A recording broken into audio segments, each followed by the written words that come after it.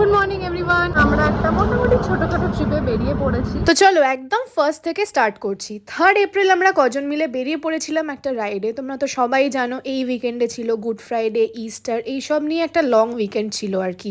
তো প্রতিবারের মতোই আমরা কজন বন্ধুরা মিলে ব্যাগ প্যাক করে বাইক রেডি করে তেল ভরে বেরিয়ে পড়লাম। আর হাওড়া ব্রিজটা টপকাতে না টপকাতেই কিন্তু সাঁতরাগাছির বিশাল বড় জ্যামে আমরা প্রায় ফেসেই যাচ্ছিলাম, কিন্তু যেহেতু বাইক ছিল তাই সাইড দিয়ে আমরা বেরিয়ে গেলাম আর পৌঁছে গেলাম আমরা কোলাঘাট। আর এই হচ্ছে আমার আউটফিট অফ দ্য ডে। তো কোলাঘাটে পৌঁছে আমরা দাঁড়িয়েছিলাম সোনার বাংলা রেস্টুরেন্টে, আর এখানে আমরা করব ব্রেকফাস্ট। তো আমরা 6 জন বেরিয়েছিলাম। ইউজুয়ালি আমরা কোলাঘাটের আনন্দ রেস্টুরেন্টে দাঁড়াই ব্রেকফাস্টের জন্য, বাট সেদিনকে দাঁড়িয়েছিলাম আমরা সোনার বাংলাতে, কারণ লং উইকেন্ড যেহেতু অনেক লোকজন বেড়াতে যাচ্ছিল আর বেশ ভিড় হচ্ছিল সব জায়গাতেই।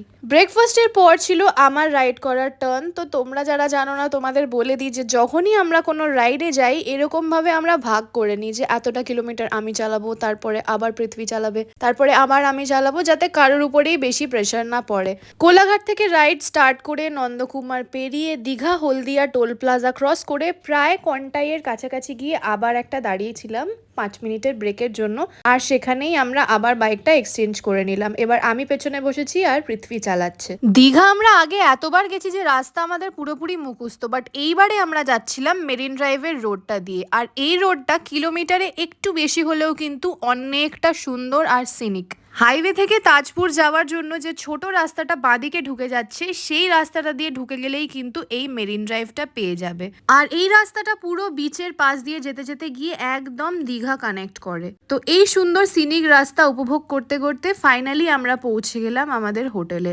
পৌঁছাতে যেহেতু একটু বেলা হয়ে গেছিল তাই জন্য অনেকটা গরম লাগছিল, কিন্তু আমাদের হোটেল বুক করাই ছিল। আমরা ছিলাম হোটেল গোল্ডেন সানে, আর এখানে গিয়ে আমরা রিসেপশনে বসেছিলাম আর তারপরে আমরা চেক ইন করে চলে গেলাম আমাদের রুমে। তো রুমগুলো কিন্তু ছিল বেশ ভালো, বেশ বড়সড়, বেশ সুন্দর করে সাজানো, টিভি, এসি সবকিছুই ছিল মোটামুটি। তো গিয়ে একটুখানি রেস্ট নিয়েই আমরা সোজা চলে গেলাম পুলে, কারণ এত গরম লাগছিল পুলে না গেলে আরামও হচ্ছিল না। আর এখানে তো একটু মজা করতেই এসছি, তাই সবাই মিলে নেমে পড়লাম পুলে। আর এই দেখো এখানে আমি মনে কতটা সাহস নিয়ে ঝাঁপ দিয়ে দিলাম জলে। তো যাই হোক, পুলে অনেকটা টাইম কাটানোর পর উঠে পড়লাম, রেডি হয়ে চলে গেলাম লাঞ্চ করতে।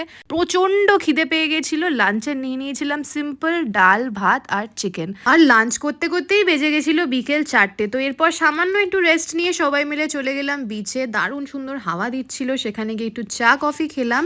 আর তারপর যা যা করলাম সেটা থাকছে আমার নেক্সট ভিডিওতে।